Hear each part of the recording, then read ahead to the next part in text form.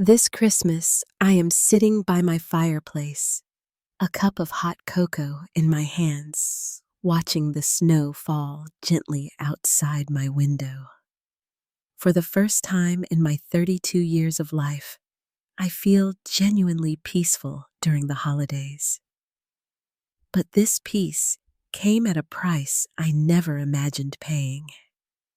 My parents once told me I was too stressful to attend our family Christmas dinner. Now they are calling begging for help because they have nowhere left to go. Before I share my story, let me know where you are watching from today. Hit that like button and subscribe if you have not already. Now let me take you back to where this all started, and you will understand why I am not answering their calls. My name is Verlaine, and I grew up in a small house in the suburbs of Pittsburgh, Pennsylvania. My father, Gerald, worked at the local steel mill for over 30 years. He was a man of few words but firm beliefs, especially when it came to how a family should operate. In his mind, there was a clear hierarchy, and everyone had their place. My mother, Diane, was a homemaker who dedicated her life to keeping the household running smoothly. She was kind in her own way, but she never questioned my father, not even once, not even when she should have. Then there was my younger sister, Stacy. She was 4 years younger than me, and from the moment she was born, everything in our family seemed to revolve around her. She was the baby girl, the precious one who needed protection. I understood that to some extent. What I did not understand was why being the older brother meant I had to be invisible. Growing up, I was always the responsible one. I did the chores, helped my father with yard work, maintained good grades, and never caused any trouble. I thought if I just kept doing everything right, my parents would eventually see my efforts. I thought love was something you earned through hard work and dedication. So I kept working, kept trying, kept hoping. When I was 14 years old, I wanted a new backpack for school. Mine had a broken zipper and the straps were falling apart. My father told me money was tight and I should get a job if I wanted new things. So I did. I got a part-time job at the local grocery store stocking shelves after school and on weekends. I saved every penny and bought that backpack myself. That same year, Stacy saw a piano at her friend's house and decided she wanted one. Within 2 weeks, a brand new piano was delivered to our living room. It cost over $2,000. Stacy played it for maybe 3 months before it became a piece of furniture collecting dust. When I graduated high school, I was fortunate enough to receive a partial scholarship to study computer science at Penn State. I was so proud of myself. I thought my parents would be proud too. But when I told them, my father just nodded and said, "Good, that will save us some money." The remaining tuition, the room and board, the textbooks, all of that fell on me. I took out student loans that would follow me for years. I worked 2 jobs during college while maintaining my grades. I barely slept, barely had a social life, but I made it through. 2 years later, Stacy graduated high school. Her grades were average at best, but my parents enrolled her in a private university without hesitation. They paid for everything: her tuition, her apartment, her car. When I asked how they could afford it, my mother simply said, "She is a girl, Verlaine. She needs more support than you do. You have always been so capable." Capable. That word followed me everywhere. It was supposed to be a compliment, but it felt more like a sentence. Because I was capable, I did not deserve help. Because I could handle things on my own, I was expected to handle everything on my own. Despite all of this, I never gave up on my family. I called my mother every Sunday, sent gifts for birthdays and holidays, and visited home whenever I could. I told myself that families were complicated, that no parents were perfect. I convinced myself that as we all grew older, things would change. Maybe my parents would finally see me for who I was, not just the capable one, but their son who loved them and wanted to be loved in return. After graduation, I threw myself into my career. I worked for a small tech startup first, learning everything I could. Then I moved to Austin, Texas for a position at a larger company. I climbed the ladder steadily, putting in long hours, taking on extra projects, proving myself over and over again. By the time I turned 30, I had been promoted to senior software engineer. I bought a modest house in a quiet neighborhood, paid off my car, and started building a savings account. For the first time in my life, I felt financially secure. Meanwhile, Stacy drifted from job to job. She worked in retail for a while, then as a receptionist, then at a coffee shop. Nothing ever lasted more than a few months. She always had an excuse. The boss was unfair, the hours were too long, the pay was too low. And every time she quit or got fired, she moved back in with our parents. At 28 years old, she had no career, no savings, and no plans for the future. But according to my parents, that was perfectly fine. She was still figuring things out. She just needed more time. I used to wonder what it would take for them to see the difference between us, not in terms of success or money, but in terms of effort and accountability. I used to wonder what I had done wrong to deserve less love. Eventually, I stopped wondering. I accepted that some questions have no answers, and I focused on building a life I could be proud of. The phone call that changed everything came in early October. It was my mother, and her voice had that particular sweetness she only used when she wanted something. "Verlaine, honey, how are you doing? We miss you so much," she began. We exchanged the usual pleasantries before she got to the point. My father had been forced into early retirement. The steel mill was downsizing, and after 30 years of service, he was let go with a modest pension that barely covered their basic expenses. My mother explained that they were struggling to make ends meet, that bills were piling up, and that they did not know what to do. "We were hoping you might be able to help us out a little," she said. "Just until we get back on our feet." I did not hesitate. They were my parents, after all. I told her I would send $500 every month to help with their expenses. She thanked me profusely, told me I was such a good son, and hung up. For a brief moment, I felt something I had not felt in years. I felt needed. I felt like maybe finally they recognized my value. That feeling lasted about 3 weeks.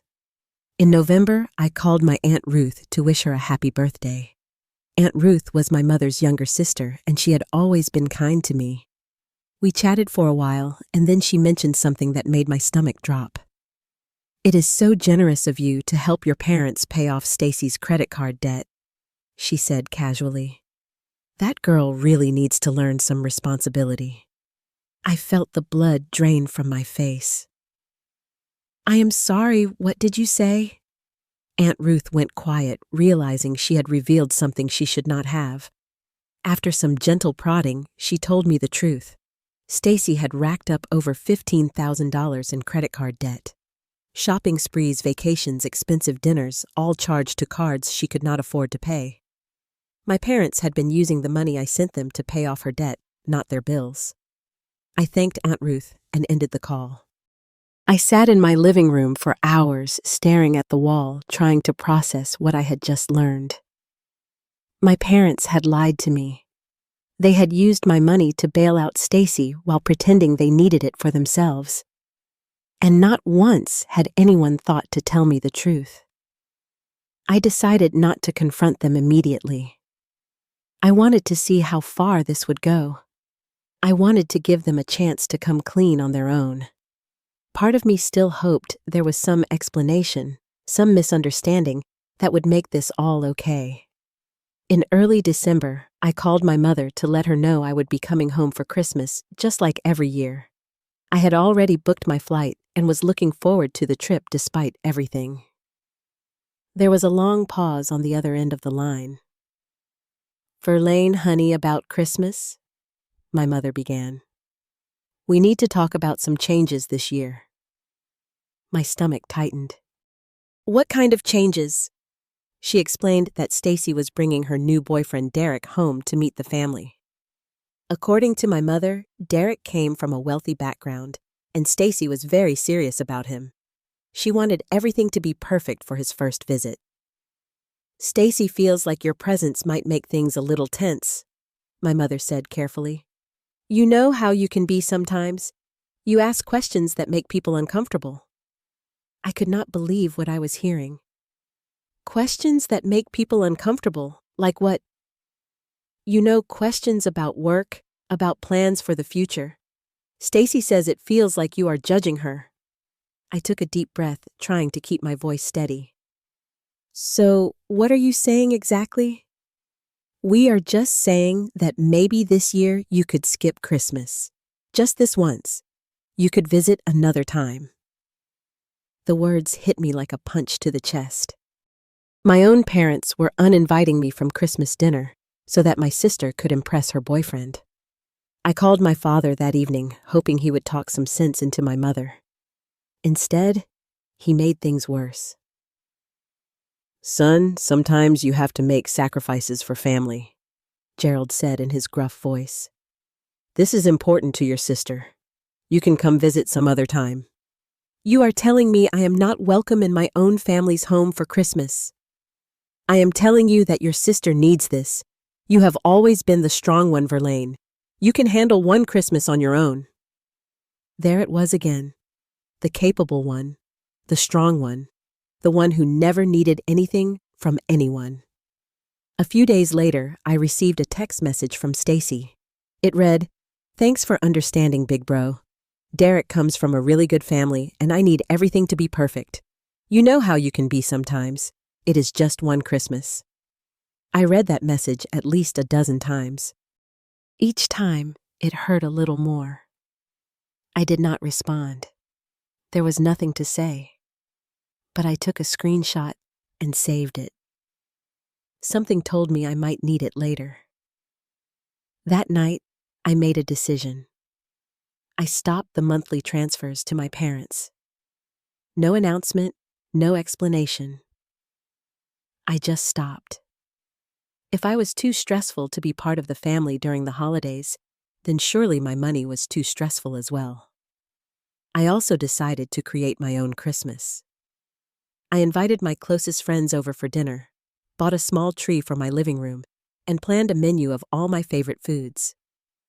If my family did not want me, I would build my own celebration with people who actually appreciated my presence. Christmas Eve arrived, and I found myself standing in my kitchen preparing a feast for 4 of my closest friends.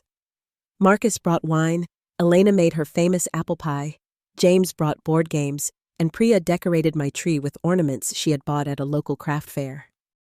We laughed, we cooked together, we shared stories late into the night. On Christmas morning, we exchanged small gifts and watched old movies while snow fell outside.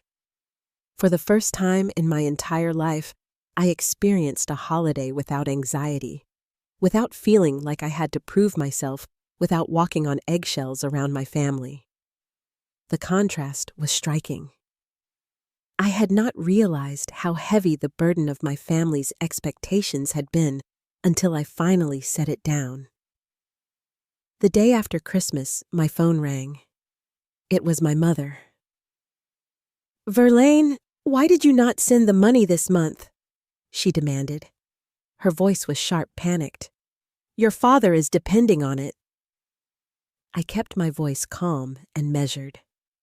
I thought my involvement in family matters was too stressful. I would hate to burden anyone with my help. There was a long silence. Then she hung up without another word. A week later, I learned what had actually happened at the family Christmas.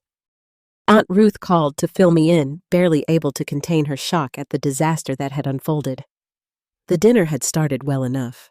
Stacy had gone all out buying new decorations, convincing my mother to cook an elaborate meal, and coaching everyone on what to say and what to avoid mentioning.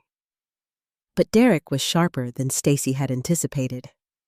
Throughout the evening, he asked polite questions about Stacy's job, her career goals, her plans for the future. Stacy had told him she was a marketing manager at a growing company. In reality, she had been unemployed for 3 months.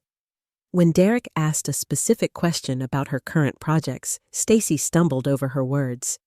He pressed further gently but persistently. Eventually, the truth came out. She had been lying about everything: her job, her accomplishments, even the apartment she claimed to have.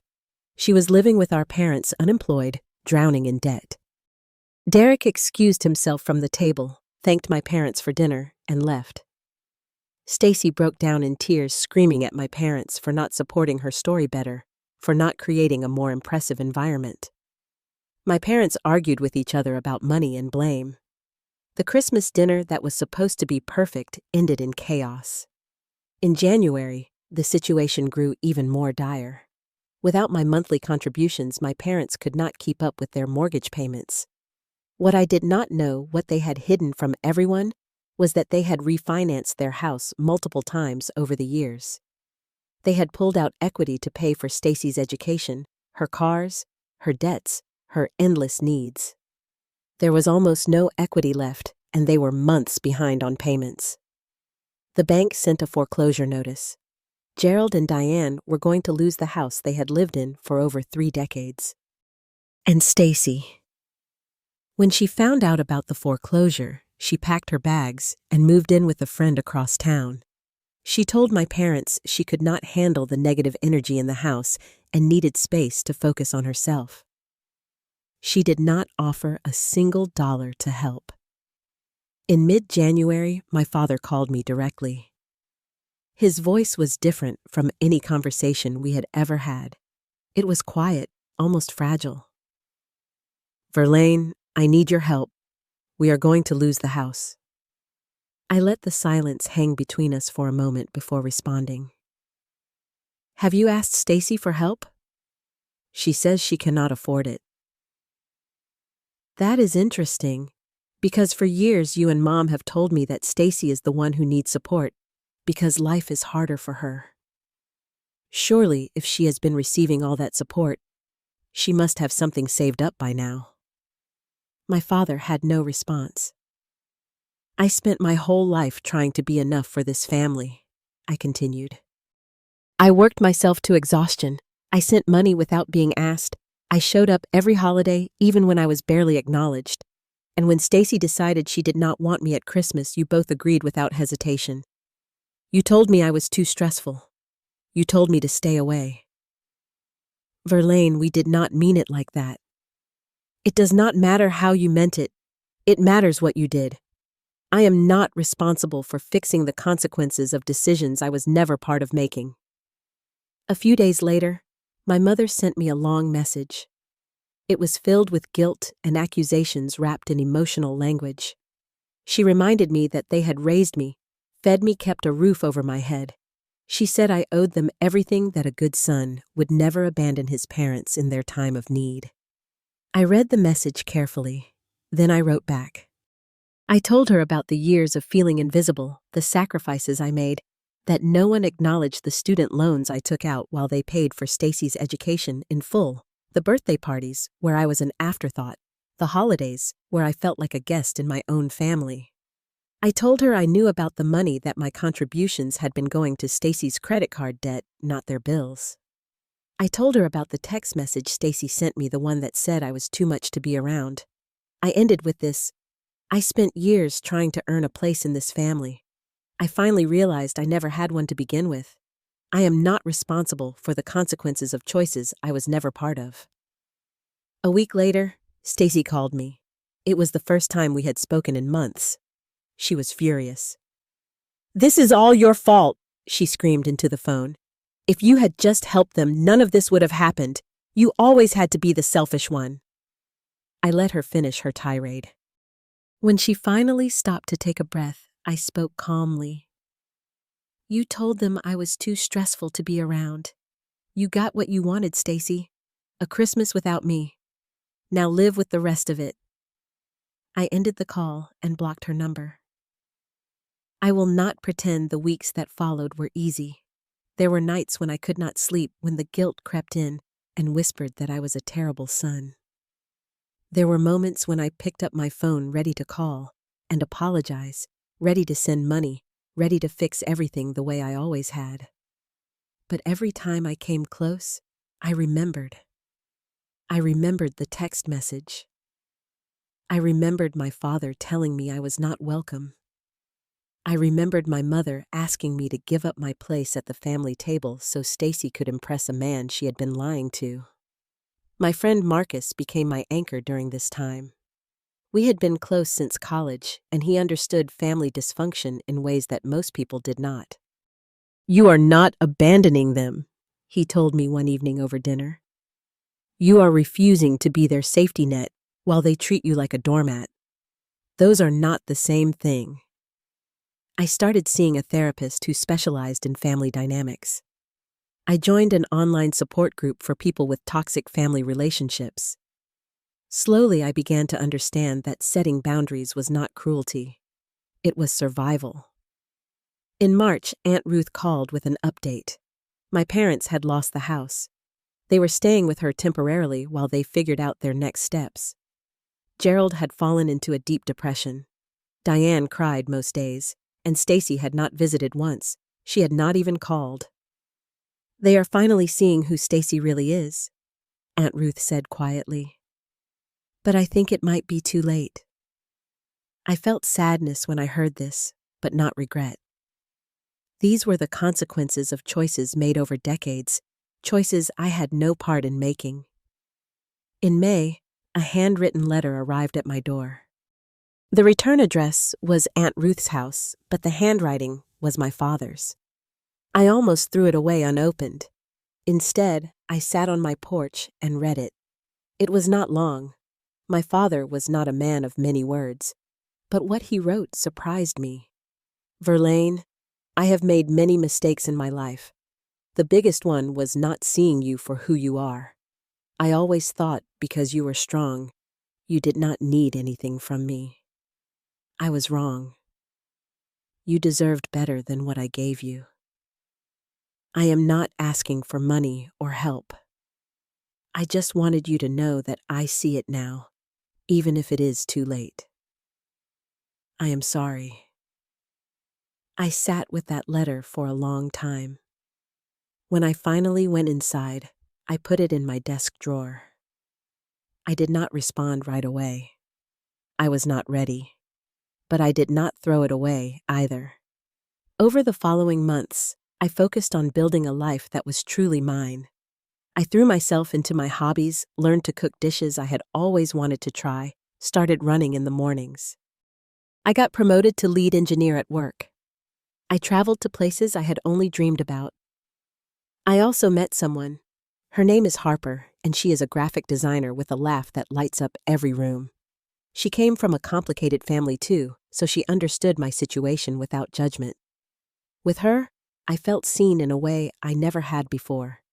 I realized something important during this time. Family is not just about blood.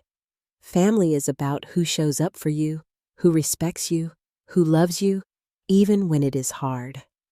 My friends, my colleagues, Harper, they were my family now. They chose me, and I chose them.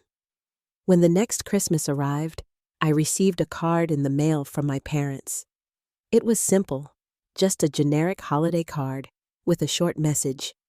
"Merry Christmas, son. We miss you." I looked at that card for a long time. I thought about calling, about reaching out, about trying again. Maybe someday I will. Maybe someday the wounds will heal enough that I can rebuild something with them. But I am not there yet. For now, I have learned the most important lesson of my life. Some people will only appreciate your presence after they have experienced your absence. But by then, you might have already found peace without them. And that peace, I have learned, is worth protecting. So here I am, sitting by my fireplace again, another Christmas approaching. My house is warm, my heart is light, and my phone stays silent. I do not know what the future holds for my relationship with my parents. I do not know if forgiveness is possible or even necessary. What I do know is this: I am no longer the invisible son, the capable one who never needed anything. I am a man who finally learned to put himself first. And there is nothing stressful about that. If my story resonates with you, I would love to hear your thoughts. Have you ever had to set boundaries with family members who did not appreciate you? How did you find your peace? Drop your experiences in the comments below. If this story touched your heart, please give it a like, subscribe to the channel, and share it with someone who might need to hear it today. Your support means everything. Thank you for listening, and may you always find the courage to choose yourself. Take care, everyone.